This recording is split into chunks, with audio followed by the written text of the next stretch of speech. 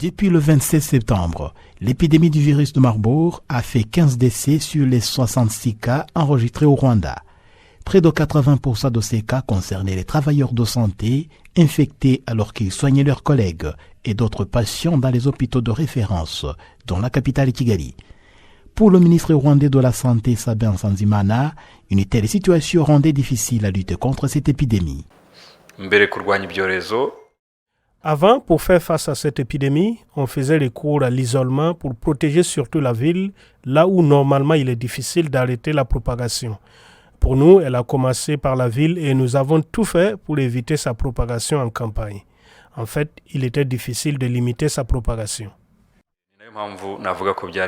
L'Organisation mondiale de la santé indique que pour arrêter la propagation du virus au Rwanda et dans les pays voisins, il a fallu une riposte intégrale, d'où la nécessité pour les pays de renforcer leur coopération en matière sanitaire.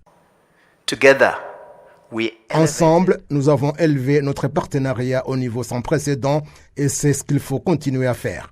Nous devons renforcer notre engagement commun pour la sécurité sanitaire.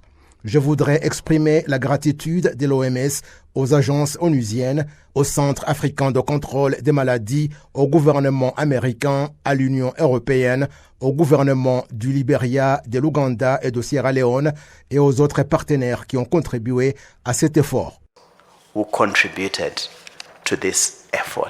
Le gouvernement du Rwanda a finalement révélé que l'épidémie de virus Marburg est apparue à Kigali à partir des chauves-souris, des sites d'extraction minière aux environs de la capitale.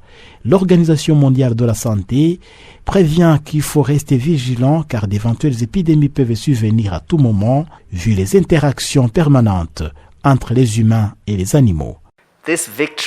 Cette victoire, en effet, n'est pas une fin.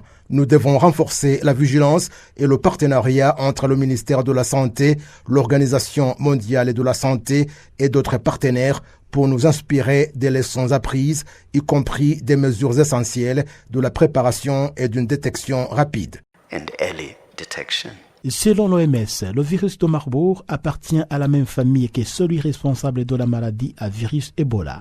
Il est très virulent avec un taux de létalité oscillant entre 24 et 88%, mais d'après le ministère rwandais de la Santé, le taux pour cette flambée au Rwanda s'est situé à environ 23%. Jean Damascene Manishimwe pour VOA Afrique, Kigali.